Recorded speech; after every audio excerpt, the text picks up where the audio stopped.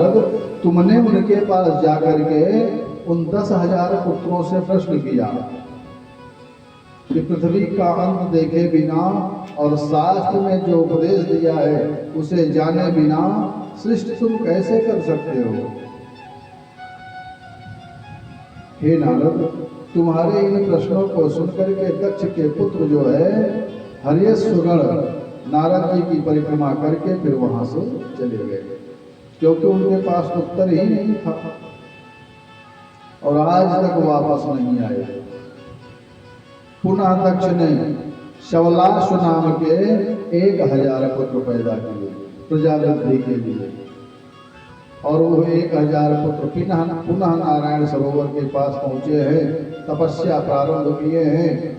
तभी हे नारद, तुम पुनः उनके पास पहुंच गए और वही प्रश्न उन 1,000 पुत्रों से भी किया तुमने। मार्ग से भ्रष्ट उनको कर दिया और भाइयों की तरह वो 1,000 पुत्र भी वहां से आपकी परिक्रमा करके चले गए। जब दक्ष ने यह सारा वृत्तांत सुना तो दक्ष क्रोधित होकर के, हे नारद, दक्ष ने तुमको साप दिया। दक्ष उवाच किम कृतम ते धर्मश्रेष्ठ साधूनां साधुलिंगतः भिक्षोर्मार्गोर्भकानां वै दर्शितो साधुकारिणः। हे नारद, दक्ष ने क्रोधित होकर के तुमको साप दिया। हे नारद, या तूने क्या किया? भिक्षुक, तूने मेरे पुत्रों को या कैसा विरक्त मार्ग दिखाया है? तूने बार बार मेरा अकल्याण किया है। ऐसा कहकर के दक्ष ने नारद से कहा कि संसार में तेरा पैर कहीं स्थिर नहीं रहेगा। हे नारद, तू एक स्थान पर रुक नहीं पावेगा।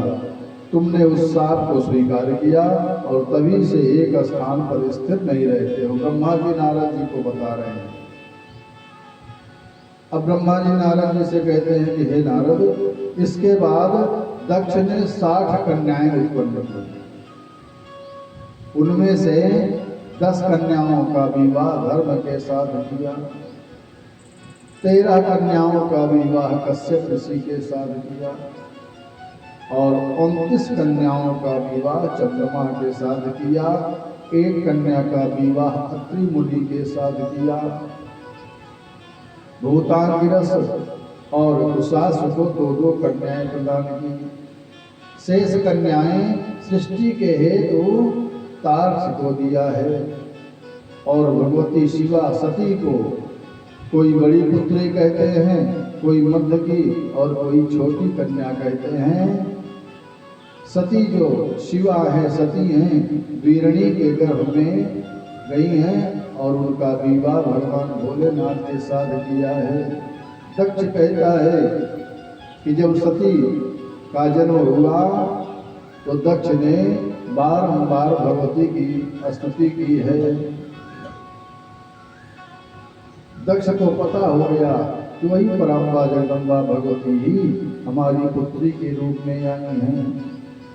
शिवा शांता महामाया, दक्ष भगवती की स्तुति कर रहा है। शिवा शांता महामाया योग निद्रा जगन्मयी तां स्वां नमामि परमां जगद्धात्री महेश्वरी। दक्ष कहता है कि हे संसारमयी, हे योग निद्रा, आप धन्य हैं। हे महेश्वरी, हे जगत की माता, मैं आपको बारंबार प्रणाम करता हूँ। उस समय दक्ष ने वेदोक्त कुलाचार पूर्वक कराए और याचकों को अनेक प्रकार के दान देकर के सबको संतुष्ट किया है। नगर में अनेक वाद्यों के स्वर सुनाई देने लगे हैं। देवताओं ने भी वहां आकर के अनेक प्रकार से जगत माता की स्तुति की है। देवताओं की ही आज्ञा से दक्ष ने सती नाम रखा है भगवती का, और बाद में इनको अनेक नामों से जाना गया है। अब ब्रह्मा जी नारद से कहते हैं कि हे नारद, एक समय तुम्हारा दक्ष के यहाँ जाना हुआ, और जब तुम दक्ष के यहाँ गए तो दक्ष ने तुमको बारंबार प्रणाम किया है, सती ने भी तुमको प्रणाम किया। दक्ष ने तुमको सुंदर आसन पर बिठा करके स्वागत किया, और सती के वैवाहिक जीवन के विषय में दक्ष ने अति आर्तभाव से आपसे पूछा। दक्ष के पूछने पर नारद जी आपने बताया कि हे सती, तुम्हारा पति जगदीश्वर होंगे, जो जगत के रक्षक हैं, जिन्होंने जगत की व्यवस्था की है, वही तुम्हारे पति होंगे, और वे अन्य किसी स्त्री को ग्रहण भी नहीं करते हैं, हर समय आप ही उनकी पत्नी रूप में रहती हो। नारद जी की बात को सुनकर के सती बड़ी प्रसन्न हुई, दक्ष भी प्रसन्न हुए हैं, और नारद जी ने कहा कि हे देवी, आपको भगवान को प्राप्ति के लिए तपस्या करनी होगी। सती भी तपस्या में रत हुई हैं। सती की तपस्या को देख करके सभी देवता भगवान भोलेनाथ के पास जाकर के प्रणाम करते हैं। ब्रह्मा विष्णु देवता आदि सभी प्रणाम करते हैं। भगवान भोलेनाथ भी विवाह के लिए तैयार होते हैं। दक्ष जो है जाकर के ब्रह्मा के कहने पर विवाह की तैयारी करते हैं, और सती मैया का और भगवान भोलेनाथ का विवाह बड़ी धूमधाम से हुआ है। उसके पश्चात बड़े ही आनंद से सती मैया और भगवान भोलेनाथ हिमालय पर गए हैं और आनंद से रहते हैं। सती मैया भगवान भोलेनाथ की सेवा में लगी हैं, और इधर दक्ष जो है प्रजापति बना हुआ है।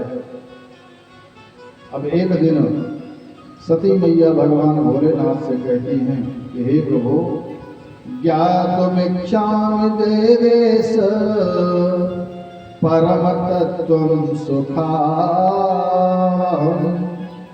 येन संसार दुःखद्वयी तरे जीवो जसाहर। सती मैया भगवान भोलेनाथ से कहती हैं कि हे देवेश, अब मैं आपसे परम तत्व के विषय में जानने की इच्छा करती हूँ, जिससे जीव संसार सागर से पार हो जाता है। वही परम तत्व बताइए प्रभु।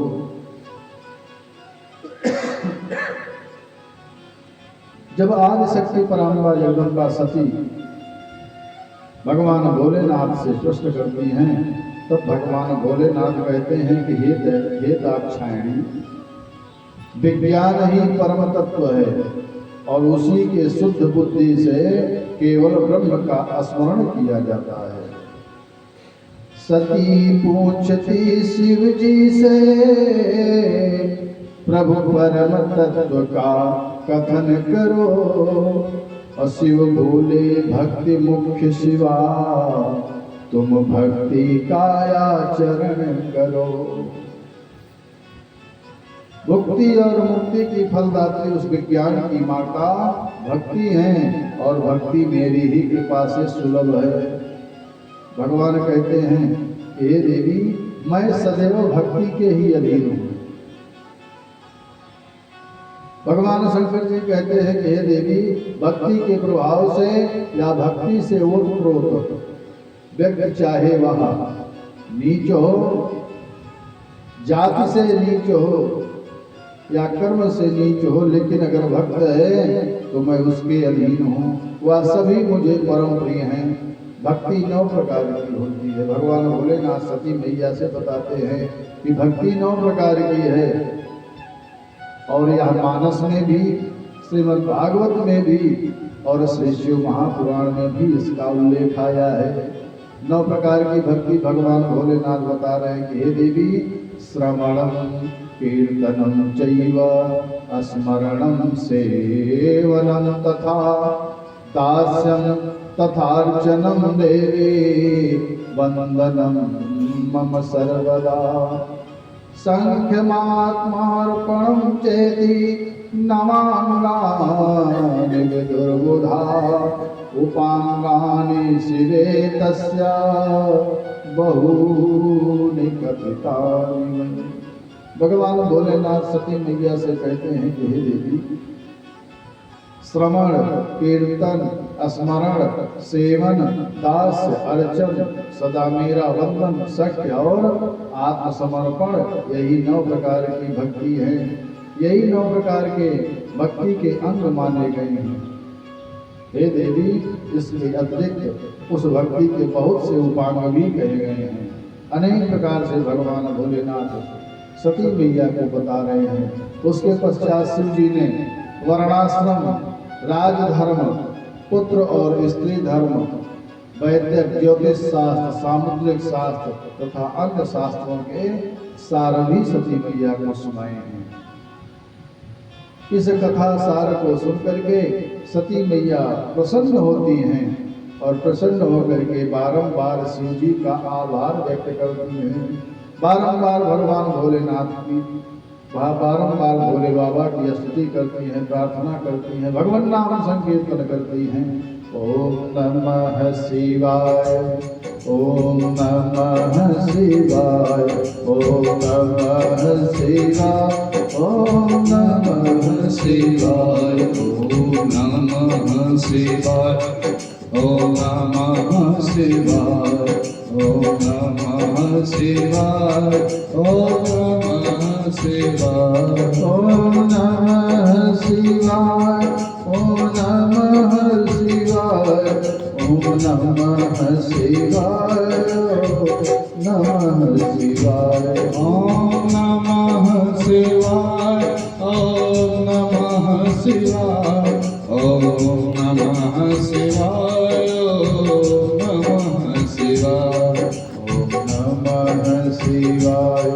ओम नमः शिवाय, ओम नमः शिवाय, ओम नमः शिवाय, ओम नमः शिवाय, ओम नमः शिवाय, ओम नमः शिवाय, ओम नमः शिवाय, ओम नमः शिवाय, नमः शिवाय, नमः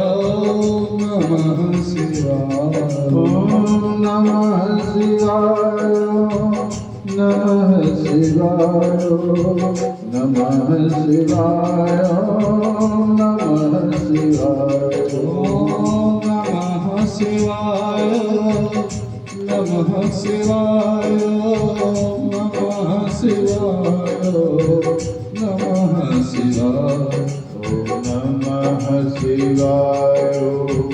नमः शिवाय, ओम नमः शिवाय, नमः शिवाय, ओम नमः शिवाय, नमः शिवाय, नमः शिवाय, नमः शिवाय।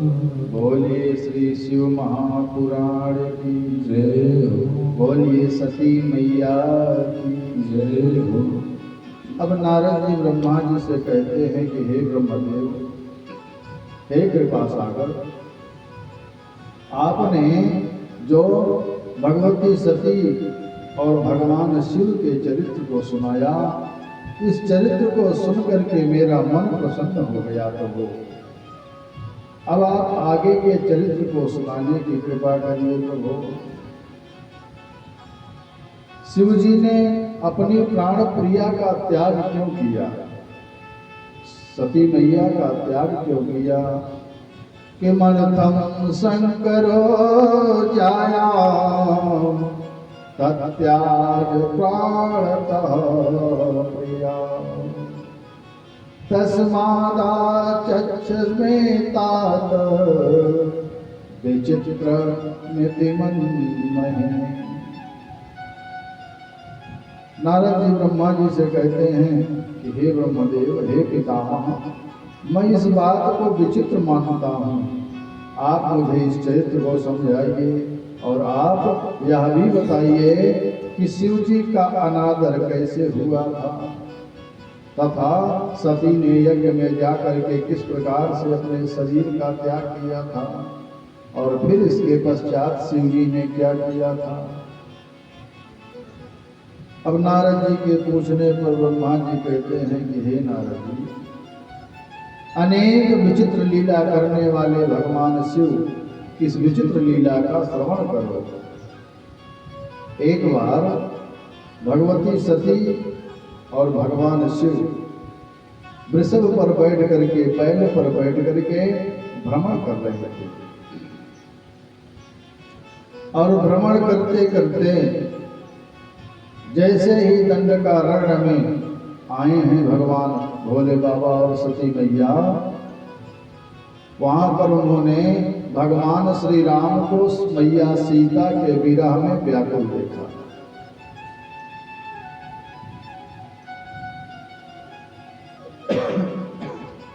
भगवान श्री राम को भगवान भोलेनाथ देख रहे हैं कि सीता मैया के विरह में व्याकुल होकर के हे सीते करते हुए इधर उधर भ्रमण कर रहे हैं। भगवान श्री राम सोच रहे हैं, कहते हैं हे सीते तुम कहाँ हो। वृक्षों से, पशु पक्षियों से भगवान श्री राम सीता मैया के विषय में पूछते हुए जा रहे हैं और उन्हीं श्री राम को देख करके भगवान भोलेनाथ ने श्री राम जी को सच्चिदानंद का करके प्रणाम किया। और जैसे ही भोले बाबा ने भगवान श्री राम को सच्चिदानंद कह करके प्रणाम किया, इस बात को देख करके, इस दृश्य को देख करके सती मैया चिंतित हो गई और मन में सोचने लगी कि मेरे पतिदेव भगवान भोले बाबा जो हैं पूरे संसार के पूज्य हैं, पूरा संसार इनकी पूजा करता है, पूरा संसार शंकर जी की पूजा करता है और भगवान भोले बाबा मेरे पतिदेव इन जंगल में भटकने वाले साधारण मनुष्य को सच्चिदानंद कह करके प्रणाम कर रहे हैं। ये कैसी विचित्र लीला है। सती के मन की सोच को मानसकार भी लिखते हैं। बाबा गोस्वामी तुलसीदास जी लिखते हैं कि शंकर जगत बंद जगदीशा, सुर नर मुनि सब नावत सीसा। शंकर जगत बंद जगदीशा, सुर नर मुनि सब नावत सीसा। तिन निपसुतहि कीन परिणामा, कहि सच्चिदानंद परधामा। तिन निपसुतहि कीन परिणामा, कहि सच्चिदानंद परधामा। अब सती मैया मन में विचार कर रही हैं कि सारा संसार जिनकी पूजा करता है वे इन राजा के पुत्र साधारण मनुष्य को बारंबार सच्चिदानंद कह करके प्रणाम कर रही है। कैसी लीला है। सती ने शिव को प्रणाम करते देखा तो आश्चर्य में पड़ करके भगवान भोले बाबा से पूछती हैं कि हे प्रभु, आपने इन राजा के पुत्रों को सच्चिदानंद कह करके प्रणाम क्यों किया? कृपया आप मेरे इस संदेह को दूर करिए प्रभु। अब भगवान भोलेनाथ सती मैया की बात को सुन करके सती मैया से कहते हैं कि हे देवी, गौर वर्णो लघुर बंधु शेषो लक्ष्मणाभिदः, ज्येष्ठो रामाभिदो विष्णु पूर्णांशो निरुपद्रवः। भगवान भोलेनाथ सती से कहते हैं, भगवती सती से कि हे सती, जो ये गौर वर्ण के छोटे भाई है ये शेषावतार लक्ष्मण जी हैं, और जो बड़े पूर्ण कलावतार विष्णु ही मानव शरीर धारण करके श्री राम के रूप में पृथ्वी पर अवतार लेकर के ब्राह्मणों, गायों, देवताओं तथा संतों की रक्षा हेतु आए हैं। भगवान भोले बाबा के इस प्रकार कहने पर भी जब सती मैया के मन में विश्वास नहीं हुआ, तब भगवान कहते हैं कि हे देवी, अगर मेरे इतना कहने पर भी आपके मन में संदेह है, तो हे देवी, अगर तुम्हारी इच्छा है तो जा करके परीक्षा भी दे सकती हो।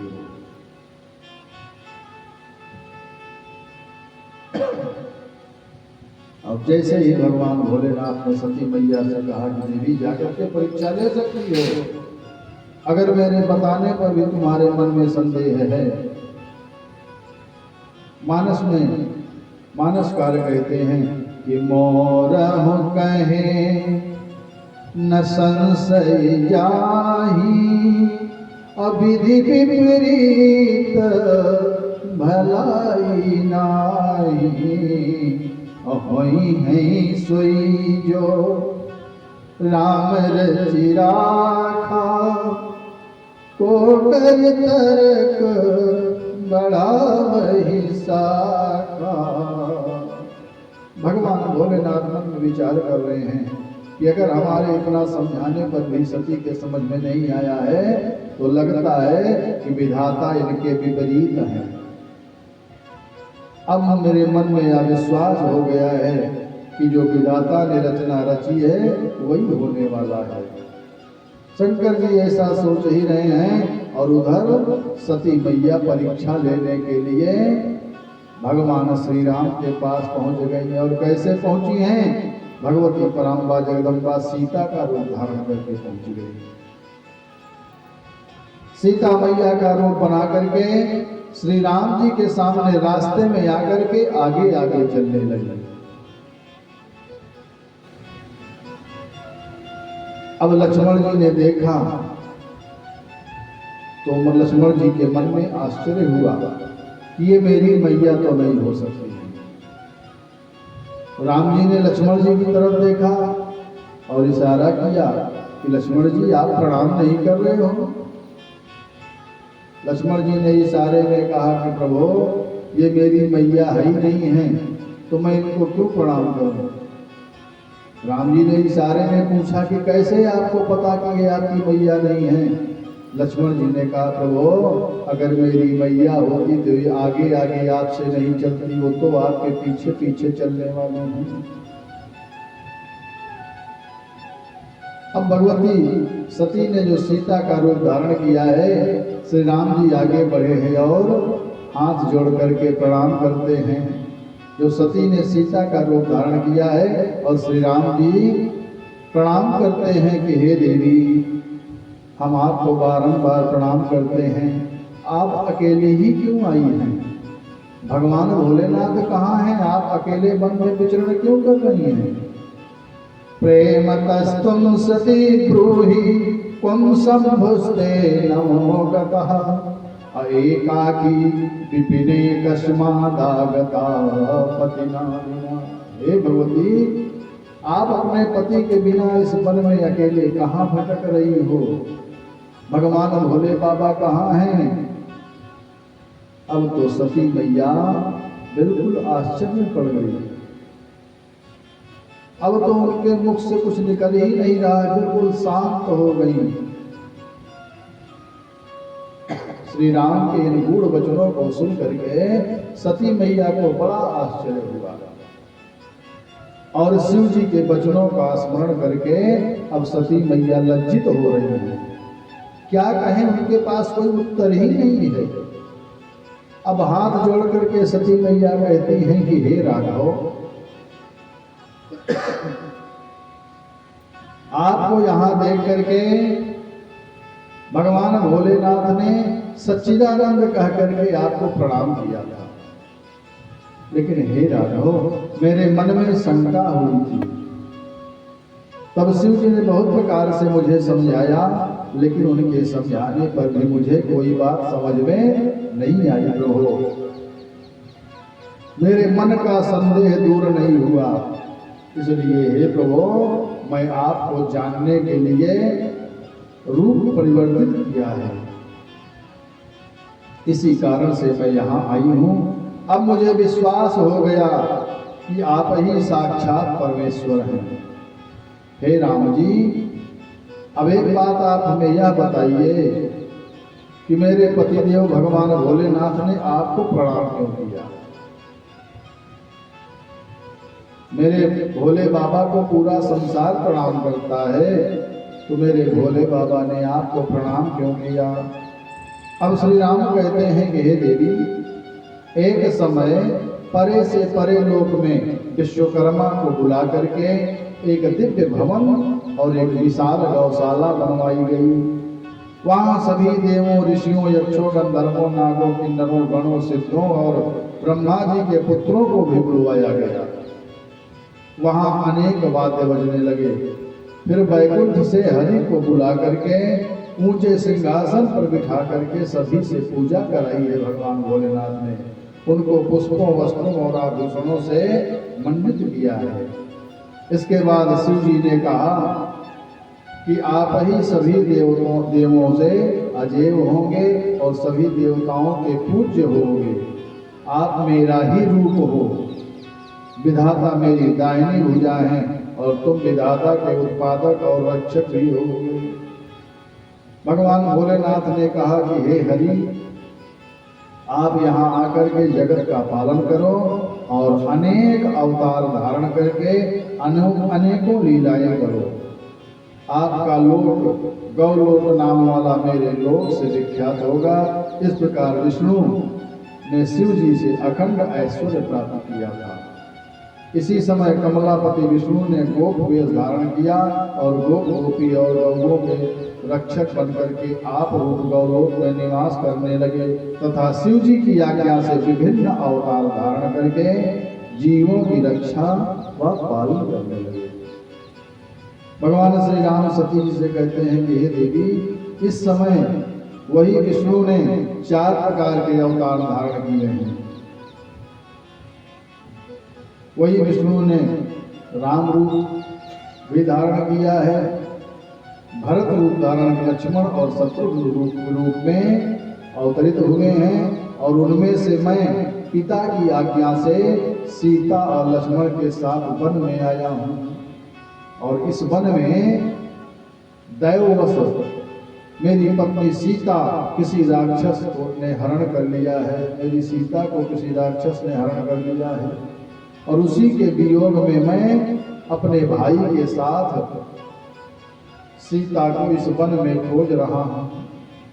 अब मुझे आपका दर्शन हो गया है देवी। भगवान श्री राम सती मैया से कहते हैं कि हे देवी, अब मुझे आपका दर्शन हो गया है। अब सब तरह के जो कष्ट हैं मेरे दूर होंगे। अब मेरे जीवन में मंगल हो जाएगा। भगवान श्री राम के ऐसे वचन को सुनकर के सती मैया कहती हैं कि हे राघव, अब मैं आपको जान गई हूँ। अब मेरे मन का संशय दूर हो गया है। आप साक्षात ईश्वर हैं। मन में संकोच करती हुई अब सती मैया भगवान श्री राम के पास से जाती हैं और शंकर जी के पास पहुंच रही हैं। जैसे ही सती मैया को शंकर जी ने देखा, तब शंकर जी ने सती मैया से पूछा कि हे देवी, परीक्षा ले आई सच्चिदानंद भगवान की? किस प्रकार से परीक्षा ली? तब सती मैया कहती हैं भगवान भोलेनाथ से कि प्रभु, मैंने कोई परीक्षा नहीं ली। जैसे आपने भगवान को सच्चिदानंद कह करके प्रणाम किया था, उसी तरह मैंने भी उनको प्रणाम किया है। कछु न परीक्षा लीनी गोसाई, और कीन्ह प्रणाम तुम्हारी नाम। और जो तुम कहा सो मृगा न होई, अमोरे पन प्रतीति अति सोई। हे भोलेनाथ, आपने जो कहा क्या वो झूठा हो सकता है क्या? क्या मैं आपकी बात को नहीं मानती? आपने जो कहा वह वही सत्य मान करके आपकी तरह ही मैंने जा करके उनको प्रणाम किया है। मैंने कोई परीक्षा नहीं ली प्रभु। अब भगवान भोलेनाथ विचार कर रहे हैं कि इतनी देर हमने समझाया इनको, उस समय तो इन्होंने एक बार भी प्रणाम नहीं किया। इनके मन में अनेक प्रकार के संशय उत्पन्न हो रहे थे और अब कह रही हैं कि जैसे आपने प्रणाम किया उसी तरह मैंने भी जाकर के प्रणाम किया। ये बात मेरे को हजम नहीं हो रही है। अब भगवान भोलेनाथ अपने दिव्य दृष्टि से भगवती के कार्यों को देखना चाहते हैं। देख रहे हैं और देख करके विचार कर रहे हैं कि बताइए अब भी झूठ बोल रही है। स्त्री स्वभाव शिव प्रिया सती, आज झूठ शंभु से बोली है। नभवाणी सुनकर विकल हुई, फिर आशुतोष से बोली है। भगवान भोलेनाथ ने दिव्य दृष्टि से देखा कि सती मैया झूठ बोल रही हैं। अब तो एक बार मन में क्रोध आता है, फिर क्रोध को शांत करके अपने मन में प्रण कर लेते हैं कि अब इस सती रूप से भेंट नहीं होगा। और जैसे ही मन में संकल्प लिया, आकाशवाणी हुई। आकाशवाणी को सुनकर के सती ने शिव जी से पूछा कि हे भोले बाबा, आपने कौन सी प्रतिज्ञा ले ली, कौन सा प्रण किया है? शंकर जी ने सती को कुछ नहीं बताया। अब तो सती मैया समझ गई कि भगवान भोलेनाथ ने मेरा सारा कपट जान लिया। हमने जो भोलेनाथ से झूठ बोला है, सारी बात भगवान भोले बाबा समझ गए हैं। शिव जी ने जब सती के मन में चलने वाले संताप को जाना, तो उनकी मनोस्थिति को देख करके, जान करके उनको रास्ते भर अनेक प्रकार की कथाएं सुनाने लगे हैं। और कथा सुनाते सुनाते धीरे धीरे कैलाश पर पहुंच गए। और कैलाश पर पहुंच करके भोले बाबा पहुंच करके वहां समाधि में लगा लिए, ध्यान लगा करके बैठ गए हैं। अब सती समझ गई कि भगवान भोलेनाथ ने मेरा परित्याग कर दिया है। पति द्वारा त्यागे जाने के कारण उस दुख से संतप्त रहने लगी सती मैया।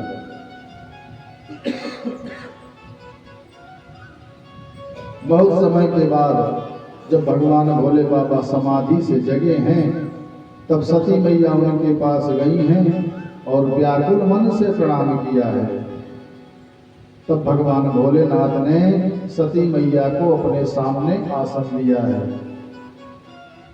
और उनको अनेक कथाएं सुनाने लगी हैं।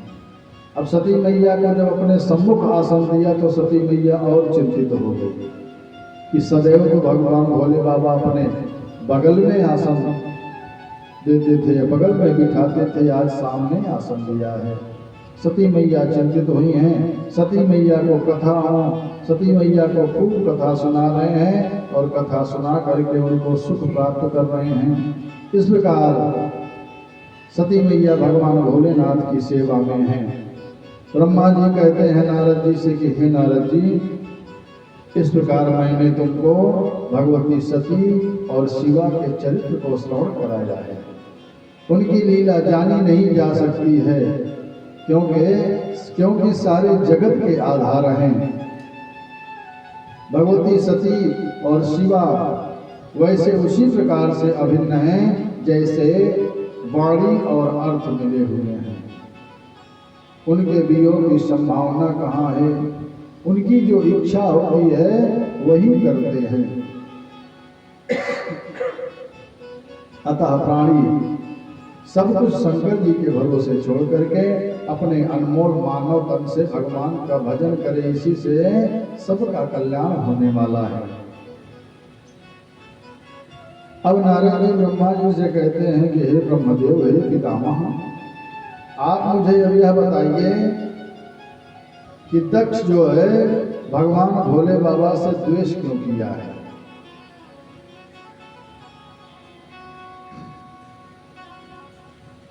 ब्रह्मा जी नारद जी से कहते हैं कि हे नारद, जब दक्ष प्रजापतियों का नायक हुआ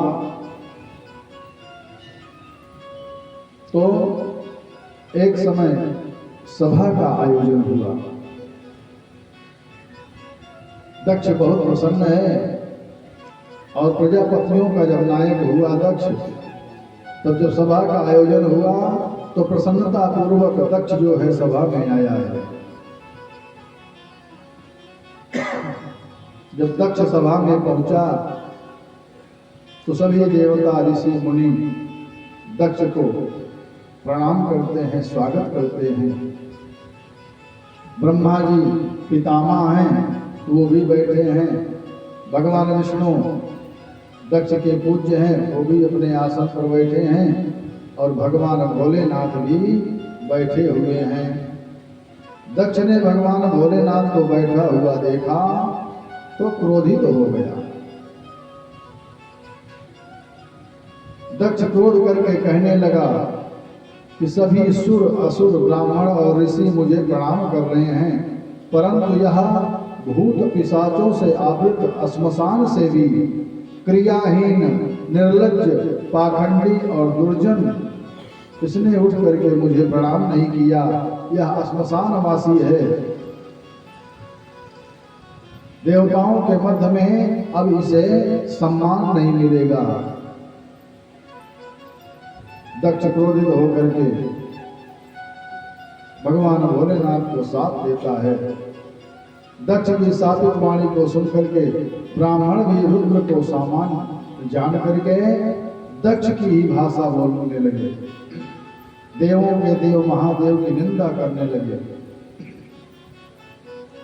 दक्ष के साथ को सुनकर के नंदी क्रोधित होकर के दक्ष से कहते हैं कि हे दक्ष, जिनके नाम मात्र का उच्चारण करने से ही यज्ञ सफल हो जाते हैं, बड़े बड़े यज्ञ सफल हो जाते हैं, उन्हीं महेश्वर भगवान शिव को महामूढ़ तूने यज्ञ से बाहर करने का साथ कैसे दिया है। जो संसार के रक्षक हैं, सृष्टि के अंत में विनाश करने वाले हैं, उन रुद्र को तूने कैसे साथ दे दिया। जब नंदी ने दक्ष की भर्त्सना की तब दक्ष क्रोधित होकर के नंदी से कहने लगा कि अरे रुद्र गणों, तुम सभी वेद और ब्रह्म ऋषियों के द्वारा त्यागे जाओगे। पाखंडी, मदिरा पान करने वाले, जटा, भस्म और अस्थियों को धारण करने वाले हो। दक्ष के साथ को सुन करके शिलाद पुत्र शिव के प्रिय नंदी ने कहा दक्ष से कि अरे दुर्बुद्धि दक्ष, तूने घमंड में आकर के शिव तत्व को न जान करके शिव की करों को अन्यथा ही साप दिया है। इन भृगु आदि ने ब्राह्मणत्व के अहंकार से महाप्रभु महेश का निरादर किया है। हे दक्ष, तेरे ही समान ये ब्राह्मण खल हैं, दुष्ट हैं और ये भी रुद्र से विमुख होकर के तेरी हाँ में हाँ मिला रहे हैं। नंदी कहते हैं दक्ष से कि हे दक्ष, तू शिव से विमुख हुआ, सापित उनको कर डाला है। भृगुवादिक ने तेरा साथ दिया, फल उनको मिलने वाला है।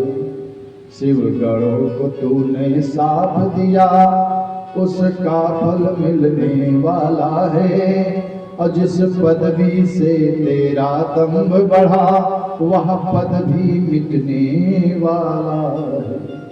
हे दक्ष, जिस पद के अहंकार में तुमने भगवान भोले बाबा का निरादर किया है, अब वह तेरा पद भी छिपने वाला है। अब तेरा नाश होना सुनिश्चित है।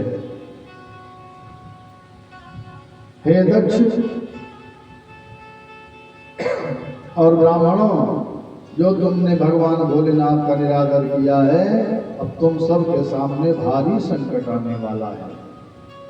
मैं रुद्र के तेज से साप देता हूं कि हे भृगुवादी ब्राह्मणों, तुम वेदवादी होते हुए भी वेद का तत्व नहीं जान पाओगे और कुछ भी नहीं है ऐसा कहने वाले काम, क्रोध, लोभ, मद से युक्त लज्जा रहित भिक्षा मांगने वाले हो जाओगे। शूद्रों से यज्ञ कराने वाले होगे तथा कुधान लेने वाले हो जाओगे। सदैव असंतोषी रहोगे। इस प्रकार नंदी ने दक्ष को और भृगुवादी ब्राह्मणों को साप दिया है। नंदी कहते हैं कि हे भृगुवाद विप्र सुन लो, वेद से विमुख हो जाओगे। कामी, क्रोधी, लोभी होकर जग में भिक्षुक कहलाओगे। हे दक्ष, तू मद से ग्रसित हुआ, अपने पद से गिर जाएगा। और जिस मुख से तू मैं करता, वह फकरे का हो जाएगा।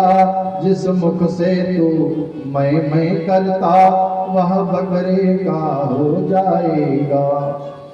अब ब्रह्मा जी नारद जी से कहते हैं कि हे नारद जी, मैंने दक्ष और भृगु आदि की निंदा की कि तुमने वेद तत्व और शिव तत्व को जान करके भी सापा सापी का घृणित कार्य किया है। ब्रह्मा जी दक्ष और भृगु आदि को खूब फटकार रहे हैं कि आप लोगों ने बड़ी गलती की है। और इधर भगवान भोलेनाथ नंदी से कह रहे हैं कि हे नंदी, तुमको क्रोध नहीं करना चाहिए था। दक्ष द्वारा साप दिए जाने के कारण तुमने ब्रह्मकुल को व्यर्थ में ही साप दे दिया। ब्रह्मकुल को साप नहीं देना चाहिए था नंदी आपको।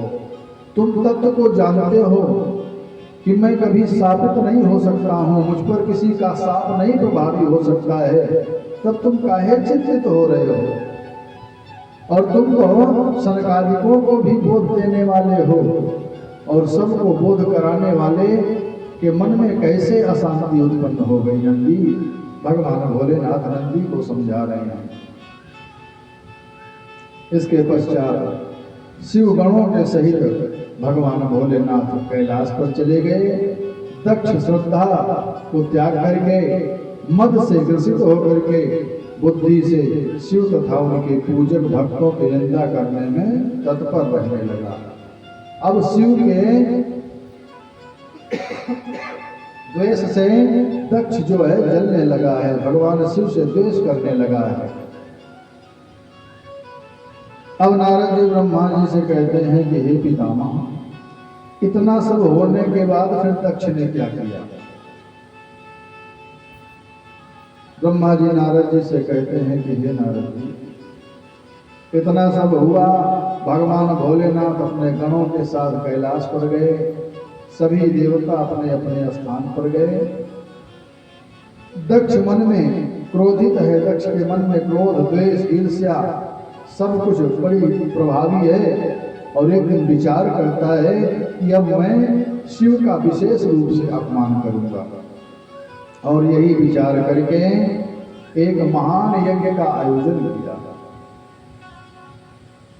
यज्ञ का आयोजन करके उसमें सभी देवताओं को, ऋषियों को बुलाया है, लेकिन भगवान भोलेनाथ को नहीं बुलाया है।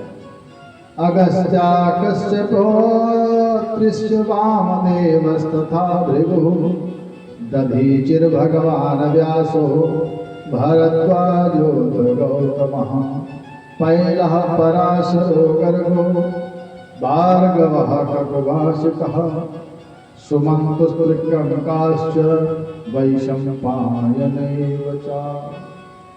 अगस्त, कश्यप, अत्रि, वामदेव, भृगु, दधीच, व्यास, भरद्वाज, गौतम, पैल, पराशर, गर्ग, भार्गव आदि सभी ऋषियों को दक्ष ने आमंत्रित किया है, सभी देवताओं को आमंत्रित किया है। और विश्वकर्मा द्वारा निर्मित भवनों में सभी को आदर से स्थान दे करके सभी का सत्कार किया है। भृगुवाद की अध्यक्षता में हरिद्वार के पास कनखल में यज्ञ प्रारंभ किया है। उस यज्ञ में उपस्थित दधीच ऋषि दक्ष से कहते हैं कि हे दक्ष, दधीच ऋषि भी आए हुए हैं और दक्ष से कहते हैं कि हे दक्ष, तुमने सभी देवताओं को तो बुलाया है परंतु शिव जी को आमंत्रित नहीं किया है और शिव के बिना यज्ञ सफल नहीं हो सकता है।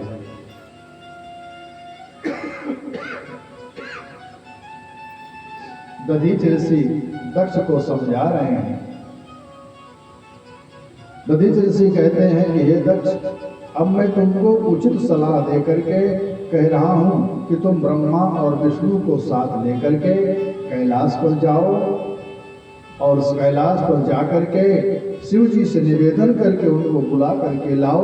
अभी भी कुछ हुआ नहीं है, अभी बात बिगड़ी नहीं है, अभी भी बात बनने वाली है और भगवान भोलेनाथ को ले आओ और अपने यज्ञ को सफल बनाओ।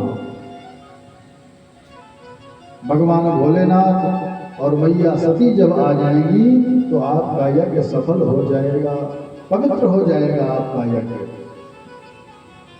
दधीच ऋषि के वचनों को सुन करके दक्ष क्रोधित होकर के कहता है कि हे ऋषिवर, लोक पिता ब्रह्मा तथा अनेक कर्म यज्ञ और वेद जिनमें स्थित हैं वो विष्णु और पाप रहित आप सभी ऋषि मुनि मेरी इस यज्ञ में उपस्थित हैं तो मेरा सब मंगल होगा। केवल शिव के आने से मेरा कुछ अमंगल नहीं होने वाला है।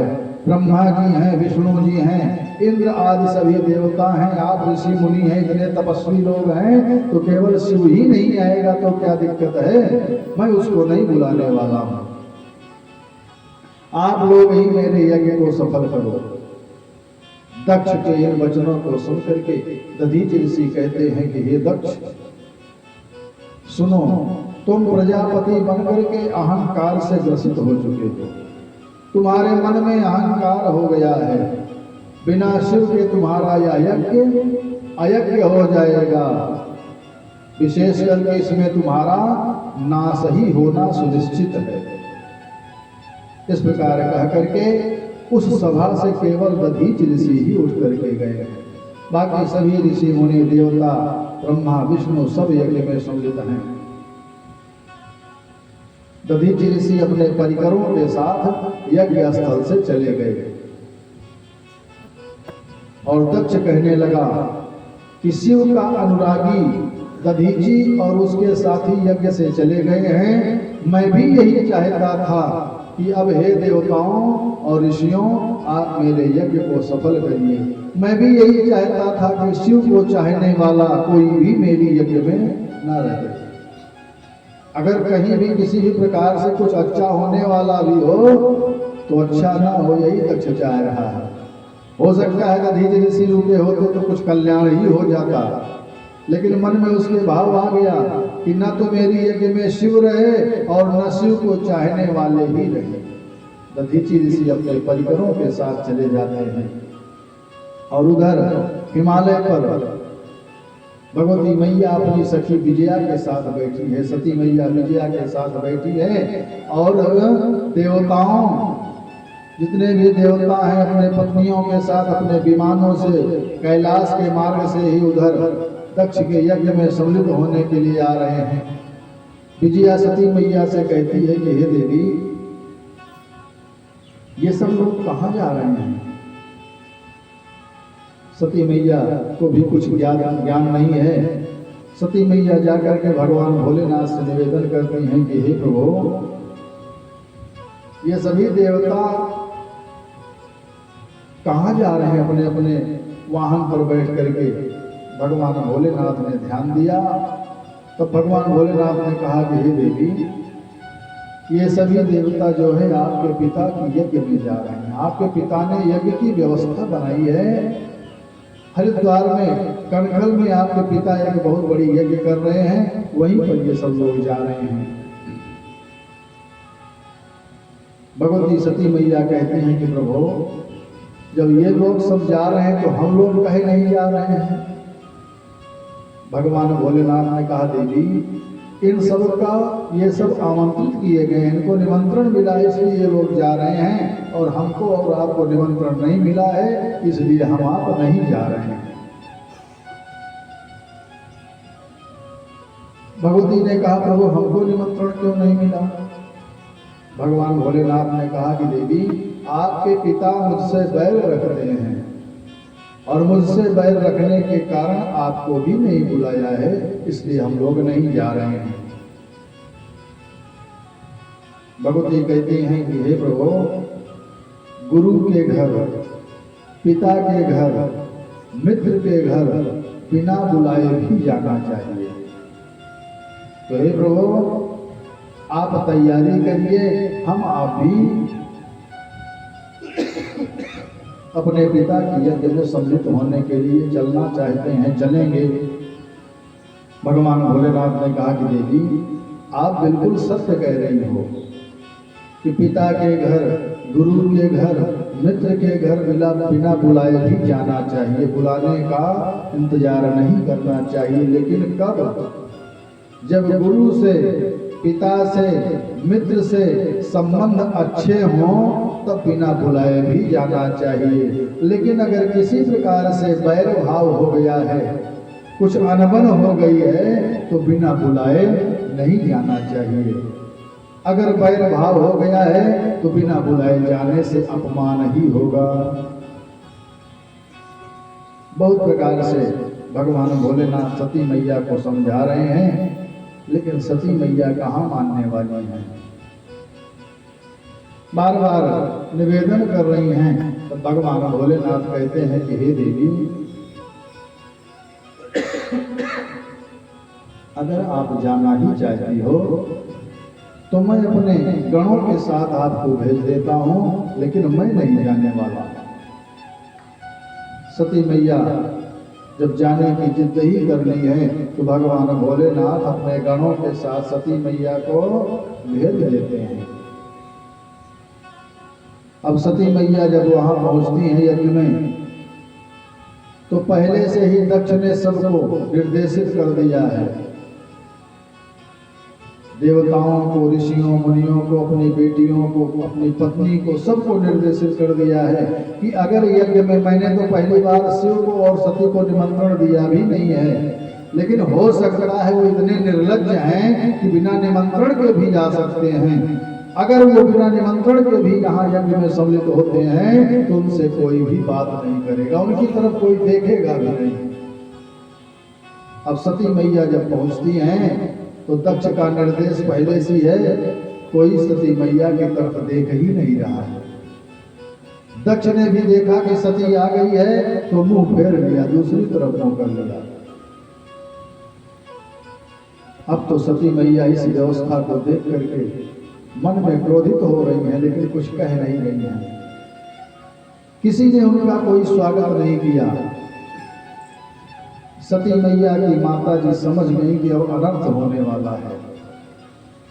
तुरंत भाग करके आती हैं, बिटिया को हृदय से लगाती हैं, खूब स्नेह करती हैं और कहती हैं बेटी चलो अंदर, कुछ जलपान करो।